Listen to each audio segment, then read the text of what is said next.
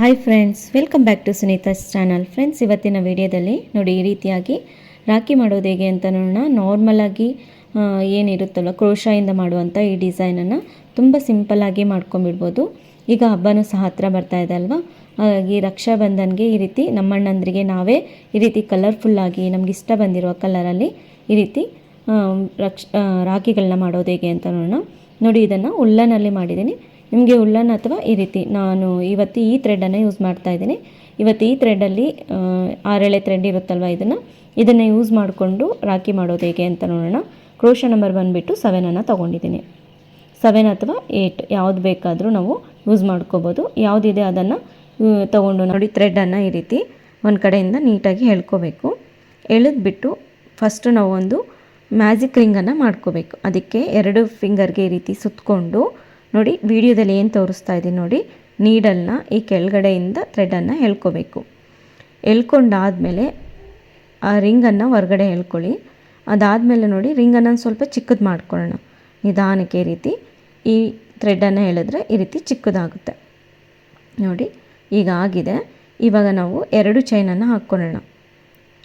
ಒಂದು, ಅದಾದಮೇಲೆ ಮತ್ತೊಂದು ಚೈನನ್ನು ಹಾಕ್ಕೋಬೇಕು. ಈ ರೀತಿ 2 ಚೈನನ್ನು ಹಾಕ್ಕೊಂಡು ರಿಂಗನ್ನು ಇನ್ನೊಂದು ಸ್ವಲ್ಪ ಚಿಕ್ಕದು ಮಾಡ್ಕೊಳ್ಳೋಣ. ಈ ರೀತಿ ಎಳ್ಕೊಂಡ್ರೆ ರಿಂಗ್ ಚಿಕ್ಕದಾಗುತ್ತೆ. ಅದಾದಮೇಲೆ ಕ್ರೋಶ ಮೇಲೆ ದಾರ ತಗೊಂಡು ಈ ರಿಂಗ್ ಒಳಗಡೆ ಹೋಗಿ ದಾರಾನ ಎಳ್ಕೊಂಡು ಬಂದು ನೋಡಿ, ಕ್ರೋಶ ಮೇಲೆ 3 ದಾರ ಇದೆ. ಈ 3 ಒಂದು ಮಾಡಿಕೊಂಡ್ರೆ ಹಾಫ್ ಡಬಲ್ ಕ್ರೋಶ ಆಗುತ್ತೆ. ಅದೇ ರೀತಿ ಮತ್ತೆ ಕ್ರೋಶ ಮೇಲೆ ದಾರ ತಗೊಳ್ಳೋದು, ಅದೇ ರಿಂಗ್ ಒಳಗಡೆ ಹೋಗಿ ದಾರಾನ ಎಳ್ಕೊಂಡು ಬಂದು ಕ್ರೋಶ ಮೇಲೆ 3 ದಾರ ಇರುತ್ತಲ್ವ, 3 ಒಂದು ಮಾಡ್ಕೋಬೇಕು. ಅದೇ ರೀತಿ 12 ಹಾಫ್ ಡಬಲ್ ಕ್ರೋಶಗಳನ್ನ ಮಾಡ್ಕೋಬೇಕು. ತುಂಬ ಸಿಂಪಲ್ ಆಗಿದೆ ಡಿಸೈನು. ಸೀರೆ ಕುಚ್ಚು ಹಾಕೋರಿಗೆ ಎಲ್ಲ ರೀತಿಯಾದಂಥ ಸ್ಟಿಚಸ್ ಬರುತ್ತಲ್ವ ಕ್ರೋಶದು, ಅಂಥವ್ರಿಗೆ ಈ ಡಿಸೈನ್ಸು ತುಂಬಾ ಚೆನ್ನಾಗಿ ಈಸಿಯಾಗಿ ಹಾಕ್ಕೋಬೋದು. ನೋಡಿ, ಈ ರೀತಿ 12 ಹಾಫ್ ಡಬಲ್ ಕ್ರೋಶಗಳನ್ನ ಹಾಕ್ಕೊತೀನಿ. ಇಲ್ಲಿ ಬೇಕು ಅಂದರೆ ಸ್ವಲ್ಪ ದೊಡ್ಡದಾಗಿ ಬೇಕು ಅನ್ನೋದಾದರೆ ಇಲ್ಲಿ ನೀವು ಡಬಲ್ ಕ್ರೋಶನೂ ಸಹ ಮಾಡ್ಕೋಬೋದು. ನಾನಿಲ್ಲಿ ಹಾಫ್ ಡಬಲ್ ಕ್ರೋಶಗಳನ್ನ ಮಾಡ್ಕೊತಾ ಇದ್ದೀನಿ. ಈ ರೀತಿ ನೀಟಾಗಿ 12 ಹಾಫ್ ಡಬಲ್ ಕ್ರೋಶಗಳನ್ನ ಮಾಡ್ಕೋಬೋದು ನೋಡಿ. ಅದೇ ರೀತಿ ನಾನಿಲ್ಲಿ 12 ಹಾಫ್ ಡಬಲ್ ಕ್ರೋಶಗಳನ್ನ ಕಂಪ್ಲೀಟ್ ಮಾಡ್ಕೊತೀನಿ. 12 ಹಾಫ್ ಡಬಲ್ ಕ್ರೋಶ ಆದಮೇಲೆ ಈ ಥ್ರೆಡನ್ನು ಎಳ್ಕೊಂಡ್ರೆ ಹತ್ರ ಬರುತ್ತೆ. ಅದಾದಮೇಲೆ ಇಲ್ಲೇನು ನಾವು 2 ಚೈನ್ ಹಾಕ್ಕೊಂಡಿರ್ತೀವಲ್ಲ, ಆ ಗ್ಯಾಪಲ್ಲಿ ಹೋಗಿ ದಾರನ ಎಳ್ಕೊಂಡು ಬಂದು ಈ ಥ್ರೆಡನ್ನು ಹಾಗೆ ಇಟ್ಕೋಬೇಕು. ಇವಾಗ ನೆಕ್ಸ್ಟ್ ಕಲರ್ನ ನಾವಿಲ್ಲಿ ಜಾಯಿನ್ ಮಾಡ್ಕೊಳೋದಕ್ಕೆ ನೋಡಿ, ರೆಡ್ ಕಲರ್ನ ಬ್ಯಾಕ್ ಸೈಡಲ್ಲಿ ಇಟ್ಕೊಂಡಿದ್ದೀನಿ. ಅಲ್ಲಿಂದ ಇದರೊಳಗಡೆ ಎಳ್ಕೊಂಡ್ರೆ ಲೂಪಲ್ಲಿ ಒಂದು ಚೈನನ್ನು ಹಾಕ್ಕೊಂಡಿದ್ದೀನಿ.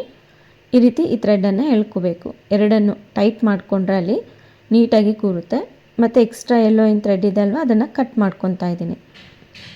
ಉಳಿದಿರೋದನ್ನು ಬ್ಯಾಕ್ ಸೈಡಲ್ಲಿ ನಾವು ಆಮೇಲೆ ಗಮ್ ಹಾಕಿ ಹಚ್ಕೋಬೋದು ನೋಡಿ. ಈ ರೀತಿ ಆದಮೇಲೆ ಕ್ರೋಶ ಮೇಲೆ ದಾರ ತಗೊಂಡು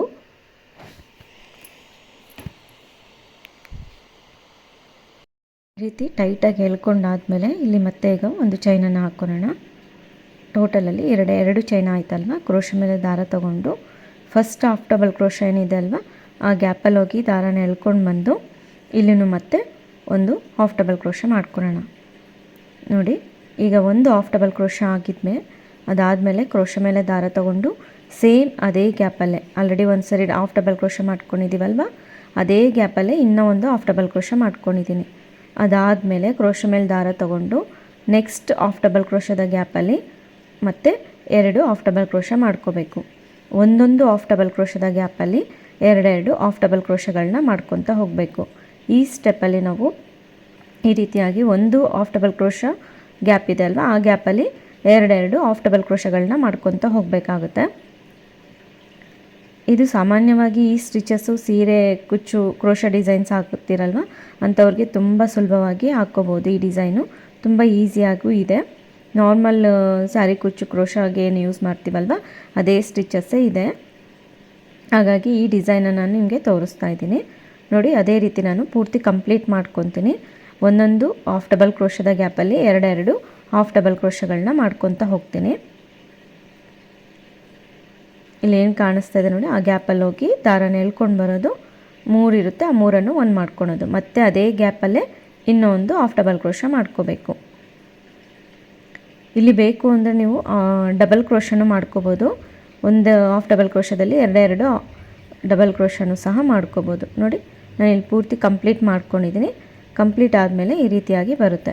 ಇಲ್ಲೇನು ನಾವು ಸ್ಟಾರ್ಟಿಂಗಲ್ಲಿ 2 ಚೈನ್ ಹಾಕ್ಕೊಂಡಿರ್ತೀವಲ್ವ, 2ನೇ ಚೈನ್ ಮೇಲ್ಗಡೆ ಇದೆ ಅಲ್ವ, ಆ ಗ್ಯಾಪಲ್ಲಿ ಹೋಗಿ ದಾರನ ಎಳ್ಕೊಂಡು ಬಂದು ಒಂದು ಸ್ಲಿಪ್ ನಾಟನ್ನು ಮಾಡ್ಕೋಬೇಕು.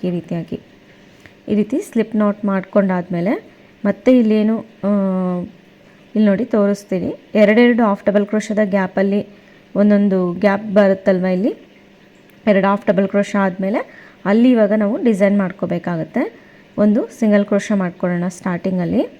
ಈ ರೀತಿಯಾಗಿ ಒಂದು ಸಿಂಗಲ್ ಕ್ರೋಶ ಆದಮೇಲೆ ಕ್ರೋಶ ಮೇಲೆ ದಾರ ತಗೊಂಡು ಅದೇ ಗ್ಯಾಪಲ್ಲೇ ಸಿಂಗಲ್ ಕ್ರೋಶ ಏನು ಮಾಡ್ಕೊಂಡಿರ್ತೀವಲ್ವ, ಅದೇ ಗ್ಯಾಪಲ್ಲೇ ಒಂದು ಹಾಫ್ ಡಬಲ್ ಕ್ರೋಶ ಮಾಡ್ಕೋಬೇಕು. ನೋಡಿ ಈ ರೀತಿ ಒಂದು ಹಾಫ್ ಡಬಲ್ ಕ್ರೋಶ ಮಾಡ್ಕೊಂಡಾದ್ಮೇಲೆ ಮತ್ತೆ ಕ್ರೋಶ ಮೇಲೆ ದಾರ ತಗೊಂಡು ಸೇಮ್ ಅದೇ ಗ್ಯಾಪಲ್ಲೇ ಇನ್ನೂ ಒಂದು ಹಾಫ್ ಡಬಲ್ ಕ್ರೋಶ. ಈ ರೀತಿಯಾಗಿ ಆದಮೇಲೆ ಒಂದು single crochet, 2 half double crochet, ಒಂದೇ ಗ್ಯಾಪಲ್ಲಿ ಒಂದು single crochet, 2 half double crochet, ಒಂದು ಸಿಂಗಲ್ ಕ್ರೋಶ. ಈ ರೀತಿಯಾಗಿ ಮಾಡ್ಕೊತ ಹೋಗಬೇಕಾಗುತ್ತೆ. ಈಗ ನೋಡಿ ಹತ್ರದಿಂದ ತೋರಿಸ್ತಾ ಇದ್ದೀನಿ. ಈ ರೀತಿ ಬರುತ್ತೆ ಡಿಸೈನು. ಅದಾದಮೇಲೆ ಮತ್ತೆ ಇಲ್ಲೇನು 2 ಹಾಫ್ ಡಬಲ್ ಕ್ರೋಶ ಆದಮೇಲೆ ಗ್ಯಾಪ್ ಇದೆ ನೋಡಿ, ಈ ಗ್ಯಾಪಲ್ಲಿ ಒಂದು ಸಿಂಗಲ್ ಕ್ರೋಶನ ಮಾಡ್ಕೋಬೇಕು ಡೈರೆಕ್ಟಾಗಿ. ಅಲ್ಲಿಂದ ಒಂದು ಸಿಂಗಲ್ ಕ್ರೋಶ ಆದಮೇಲೆ ಕ್ರೋಶ ಮೇಲೆ ದಾರ ತಗೊಂಡು ಅದೇ ಗ್ಯಾಪಲ್ಲಿ ಹೋಗಿ 2 ಹಾಫ್ ಡಬಲ್ ಕ್ರೋಶ ಮಾಡ್ಕೋಬೇಕು. ಒಂದೊಂದು ಲೀಫ್ ಶೇಪಲ್ಲಿ ಬರ್ತಾ ಹೋಗುತ್ತೆ, ಪೆಟಲ್ ಶೇಪಲ್ಲಿ. ಈ ರೀತಿಯಾಗಿ ಇನ್ನೂ ಒಂದು ಹಾಫ್ ಡಬಲ್ ಕ್ರೋಶ, ಅದಾದಮೇಲೆ ಒಂದು ಸಿಂಗಲ್ ಕ್ರೋಶ, ಅದಾದಮೇಲೆ ನೋಡಿ 2 ಹಾಫ್ ಡಬಲ್ ಕ್ರೋಶ ಆದಮೇಲೆ ಒಂದು ಸಿಂಗಲ್ ಕ್ರೋಶನ ಮಾಡ್ಕೋಬೇಕು. ಅದೇ ರೀತಿ ಮತ್ತೆ ನೆಕ್ಸ್ಟ್ ಗ್ಯಾಪ್ ಏನಿದೆ ಅಲ್ವಾ, 2 ಹಾಫ್ ಡಬಲ್ ಕ್ರೋಶ ಆದಮೇಲೆ ಅಲ್ಲಿ ನಾವು ಸಿಂಗಲ್ ಕ್ರೋಶ ಮಾಡ್ಕೋಬೇಕು. ಸಿಂಗಲ್ ಕ್ರೋಶ ಮಾಡ್ಕೊಂಡು ಈ ರೀತಿಯಾಗಿ ಮಾಡ್ಕೊಂಡಾದಮೇಲೆ ಅದೇ ಗ್ಯಾಪಲ್ಲೇ 2 ಹಾಫ್ ಡಬಲ್ ಕ್ರೋಶ ಮಾಡ್ಕೋಬೇಕು, ಒಂದು ಸಿಂಗಲ್ ಕ್ರೋಶ ಮಾಡ್ಕೋಬೇಕು. ಈ ರೀತಿ ಮಾಡಿಕೊಂಡ್ರೆ ಪೂರ್ತಿ ಡಿಸೈನ್ ಕಂಪ್ಲೀಟ್ ಆಗುತ್ತೆ. ಈ ಡಿಸೈನ್ ನಿಮ್ಗೊಂದು ಸ್ವಲ್ಪ ದೊಡ್ಡದಾಗಿ ಬೇಕು ಅಂದರೆ ಉಲ್ಲನಲ್ಲೂ ಸಹ ನೀವು ಮಾಡ್ಕೋಬೋದು. ನೋಡಿ ಈ ರೀತಿಯಾಗಿ ಕಂಪ್ಲೀಟ್ ಮಾಡ್ಕೊಂಡಿದ್ದೀನಿ. ಈ ರೀತಿ ಬರುತ್ತೆ ಡಿಸೈನು. ಈಗ ಇದಾದಮೇಲೆ ಇಲ್ಲೇನು ಚೈನ್ ಹಾಕ್ಕೊಂಡಿರ್ತೀವಲ್ವ, 2 ಚೈನು, ಆ ಗ್ಯಾಪಲ್ಲಿ ಹೋಗಿ ದಾರನ ಎಳ್ಕೊಂಡು ಬಂದು ಒಂದು ಸ್ಲಿಪ್ ನಾಟನ್ನು ಮಾಡ್ಕೋಬೇಕು. ಈ ರೀತಿ ಸ್ಲಿಪ್ ನಾಟ್ ಆದಮೇಲೆ ಒಂದು ಚೈನನ್ನು ಹಾಕ್ಕೊಂಡು ಥ್ರೆಡನ್ನು ಕಟ್ ಮಾಡ್ಕೋಬೇಕು. ಈ ಥ್ರೆಡನ್ನು ಆಮೇಲೆ ನಾವು ಗಮ್ ಹಾಕಿ ಬ್ಯಾಕ್ ಸೈಡಲ್ಲೇ ಹಚ್ಕೊಂಡ್ರೆ ಆಯಿತು. ನೋಡಿ ಈ ರೀತಿಯಾಗಿ ಬರುತ್ತೆ.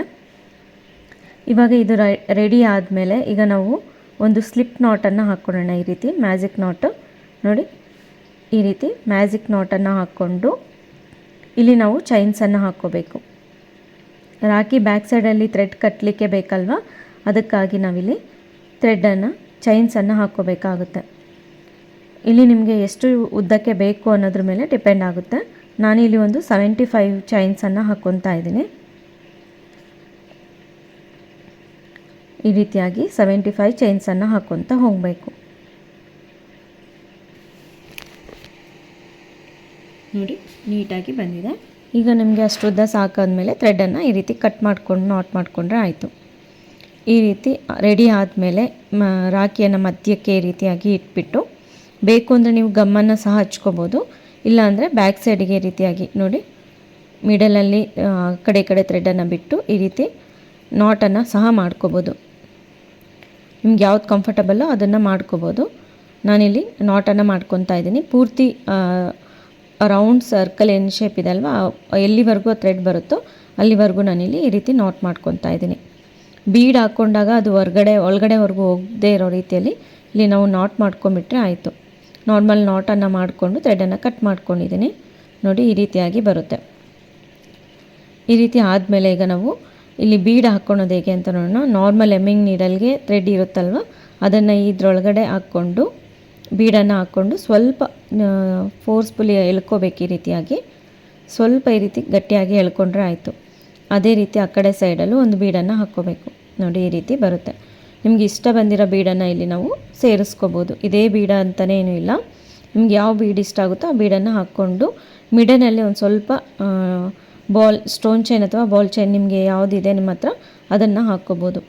ಇಲ್ಲಾಂದರೆ ಒಂದು ಬೀಡನ್ನು ಸಹ ಮಧ್ಯಕ್ಕೆ ಹಚ್ಕೋಬೋದು. ನಿಮಗೆ ಯಾವ ರೀತಿ ಬೇಕೋ ಆ ರೀತಿ ಡಿಸೈನನ್ನು ಮಾಡ್ಕೋಬೋದು. ಅಷ್ಟೇ ನೋಡಿ, ತುಂಬ ಸಿಂಪಲ್ ಆ್ಯಂಡ್ ಈಸಿಯಾಗಿ ರಾಖಿ ರೆಡಿ ಆಗೋಯಿತು. ಈ ಡಿಸೈನ್ ಇಷ್ಟ ಆಗಿದರೆ ಪ್ಲೀಸ್ ಲೈಕ್ ಮಾಡಿ, ಶೇರ್ ಮಾಡಿ, ಸಬ್ಸ್ಕ್ರೈಬ್ ಮಾಡಿ. ಮತ್ತೊಂದು ಒಳ್ಳೆ ವಿಡಿಯೋ ಜೊತೆಗೆ ಭೇಟಿಯಾಗೋಣ. ಧನ್ಯವಾದಗಳು.